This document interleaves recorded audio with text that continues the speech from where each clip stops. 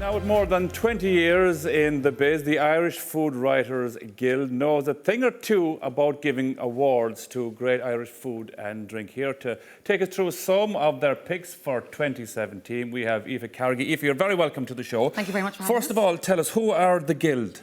So, the Food Writers Guild was formed back in 1990 by a dozen founding members, the likes of Theodore Fitzgibbon, people will be very familiar with, Georgina Campbell, Biddy White-Lennon. So it was food writers who wanted a professional network, and we have grown now to 68 members, and we have food stylists, we have cookery writers, journalists, broadcasters, and so on. So that's who we are. What is unique about these awards?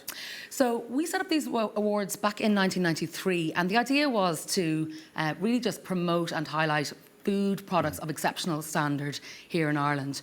And since that, there's all sorts of awards out there and some fantastic awards. But I suppose what's unique about our awards is that no company can enter themselves into these awards. Okay. They're purely nominated by our Guild members. So we invite our Guild members to nominate something that they've come across in their work as a food writer that they think is an exceptional product, and to put that forward. So no company, they don't even know that they're in for the award. Brilliant. So they can't lobby us. They don't have to pay for the awards. So it's completely independent. So it's very, very genuine as well. We feel that it really has a lot of integrity. Now, as judges, what do you look for?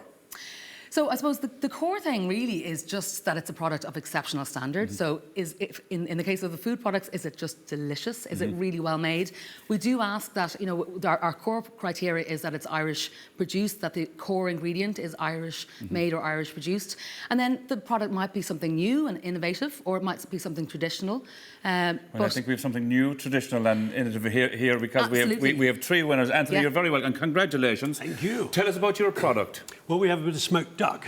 Smoked duck? Smoked duck. My dad, years ago, he was a chicken farmer, and he was a bit of a keen fisherman as well, so he caught a few salmon and he started smoking those, and then he started smoking some of the chickens he was growing, and it sort of grew from there. I got kicked out of the house, and I disappeared off in the wine business for about 20 years. When did you say to yourself, hang on a second here, this is a very, very good product and I think people may buy it? Well, I came back and I had a wine company in Kinsale, but unfortunately Charlie Hoy was Minister for Finance and he taxed us out of so I had the option of either heading off overseas. You out of it. Exactly. So I had to go crawling on my knees to my dad, saying, can we come and do something together? So, you know, because it was some niche products and niche marketing with the wine and the smoked salmon. They go very well together. So we worked very well. And then after about 15 years arguing and fighting with my dad. As you do. So we eventually took over and we built a new smokehouse in about 2000.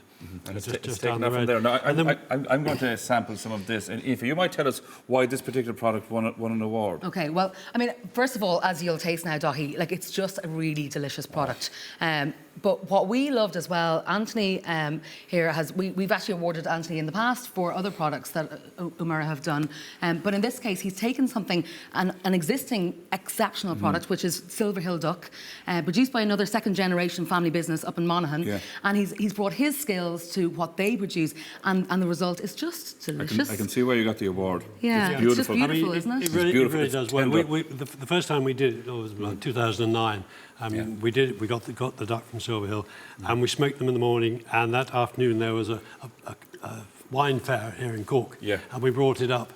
And for people to taste. They weren't interested in the wine. Well, they could be outside the door waiting for you there. And well done to you. Conor, how are you, sir? Great to have you. No, you have a cheese here as well. Lots of different cheeses out there, really, really good ones. What's different about this one? What's different about our cheese, Daithí, is it's organic. So we have a range of organic cheeses. 10 organic dairy farmers came together back in 2008 to have a discussion.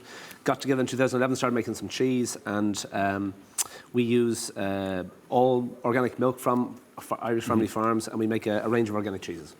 Lovely. And why did this win an award? So the Little Milk Company won our environmental award. So obviously the focus there was that we loved the fact that this is organic farmers thinking outside the box, just thinking a little bit differently. They're thinking, okay, we're really good at producing organic milk.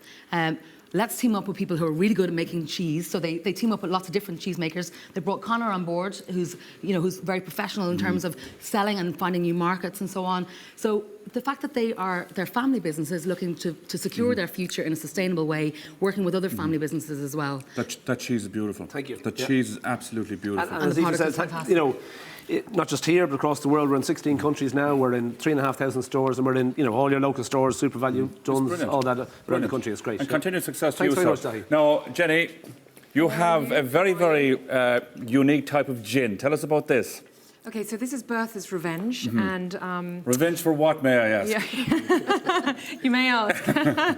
So Bertha's, it's the reason it's special is because it's made using whey alcohol. Whey alcohol. I've Yeah. never heard of that before. Yeah. So your milk is split into curds and whey. Yeah. And the curds is used for butter, cheese, etc. Little Miss Muffet didn't get any of this, I tell you.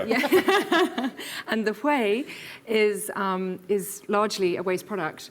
And there's a company called Carberry in West Cork, and they developed a yeast that breaks down the sugar, and they produce this very high quality whey alcohol. Yeah, and does it taste, is it very different to other gins? Yeah, absolutely. Yes. But one thing, the reason that we chose the whey over other grain spirits, which a lot of gins use, is because it's Irish.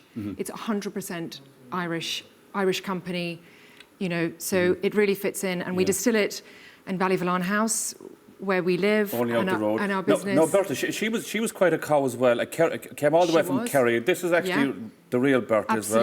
Absolutely. I think she was almost 49 That's before right. she passed away a few weeks And she had a after it. record number of calves, 39 calves. And I believe she was even waked in Kerry as well. That's right, and that's how we found out about her.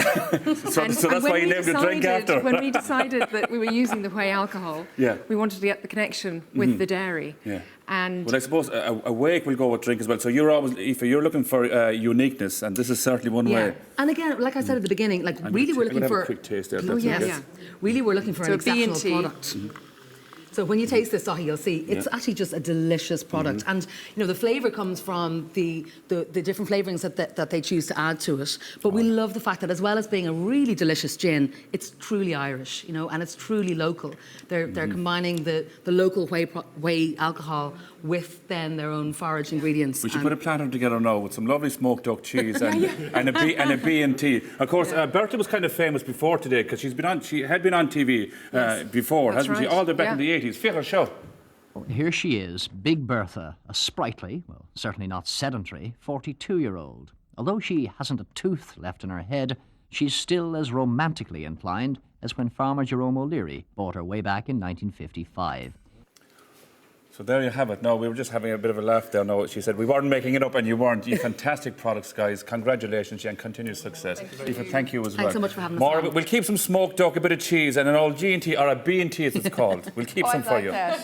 We'll keep Yeah. the cow as well. She's lucky. That would be very, very good for me. I'll keep the cow for you more. Don't worry.